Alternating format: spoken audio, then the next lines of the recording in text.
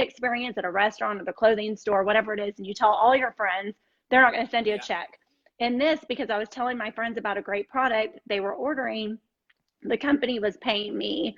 So very quickly we rose to the top. After about a year in the business, I was able to retire Corbin, who thought I was crazy. All of a sudden he was thanking me because his boss came in, cut him by 2/3 and said, hey, I want you to go out there and sell, but you're making 1/3 of your pay. And I had this company that's saying the sky's the limit.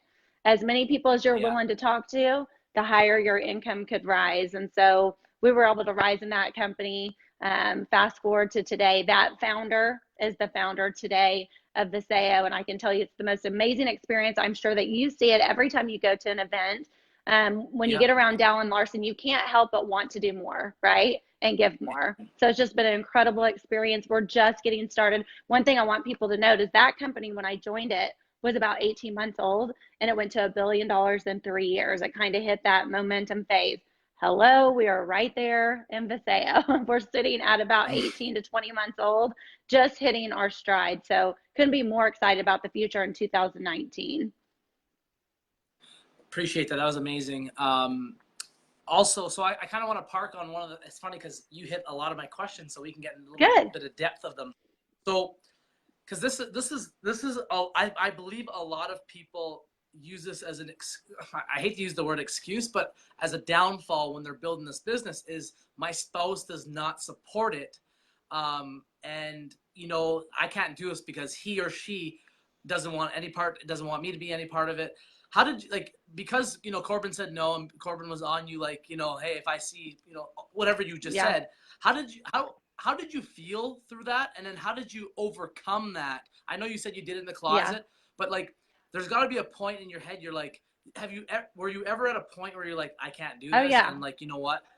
Yeah. Oh Can yeah, you I touch mean, I on can that tell you maybe? at the beginning, which was like one of the very first ranks, their Star 800, then Bronze. I remember sitting in a parking lot at Bronze level, and my mom, my sister, the people who sponsored me into the business, which was family, and then Corbin just saying, "You're crazy. This can't work." And I remember sitting there going, "Can this really work? I mean, can I Yeah. really make money off this?" Because your business at the beginning can have some ups and downs, and you hit a wall. The people that you think are going to do it, you're sure about it, they say no, and the people that you least expect say yes. And so it's a challenge at the beginning. And I remember going to bed that night, and I remember praying. And it's not like I'm one of those that's spiritual, like God's always talking to me, but here's what I said: you've got to show me a sign. Can I really do this? Is it worth it? Am I making a difference in people's lives? Show me. And I remember waking up the next morning. I had an email from a lady that said, this product has helped me so much. And I sponsored someone who sponsored someone who sponsored someone who gave it to someone who gave it to this lady who she hasn't been able to wear high heels in years. And she was able to wear high heels to her daughter's wedding. And she said, thank you. Wow. And that was my defining moment that said, you know what, through the nose, through people think I'm crazy, Corbin thinks I'm crazy, I can do this, because what if I help one person, whether it's physically, financially? And I remember with Corbin, I had to put it all in perspective. He's going to a job all day long. It's pulling a million different directions. I couldn't ask him to step in and do this. I had to go prove to him, to myself, to everyone else it could work. And so I didn't hammer him about it all the time. I wasn't constantly in his Yeah. face. When the kids got home from school or he got home from work, I shut it down for a couple hours. And then when they went to bed, I picked it back up. So you have to kind of pick your battles. And I learned what my battles were, but I was consistent. See, they assume you're going to fail. They assume you're going to quit. They assume the challenges and struggles are going to make you give up.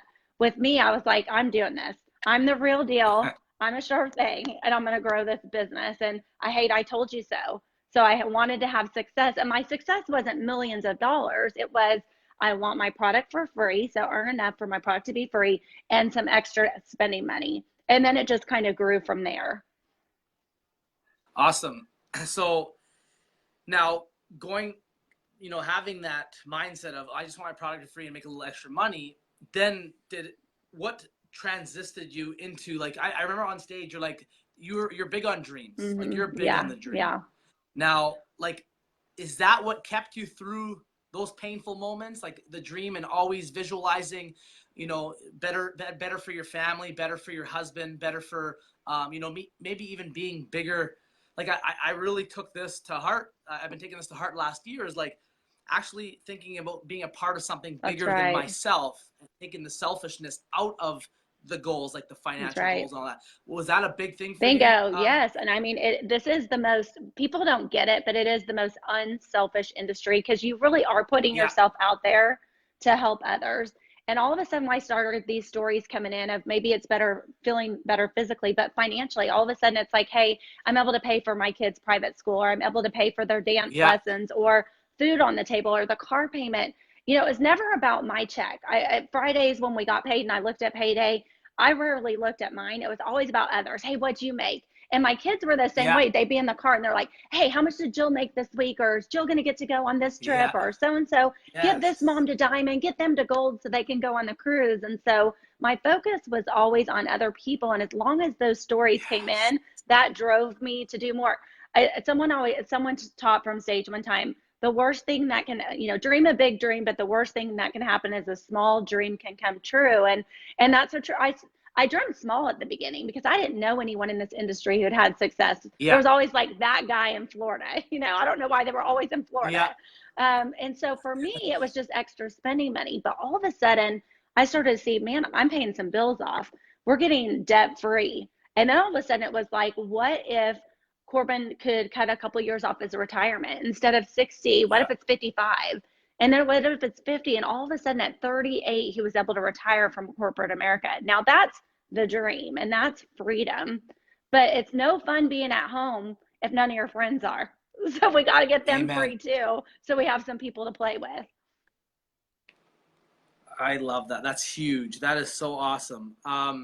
So going into, I love that, Holly. Thank you so much for that. So you talked about in your when you introduced yourself, you talked about Dallin, Mm-hmm. and Dallin and Monavie.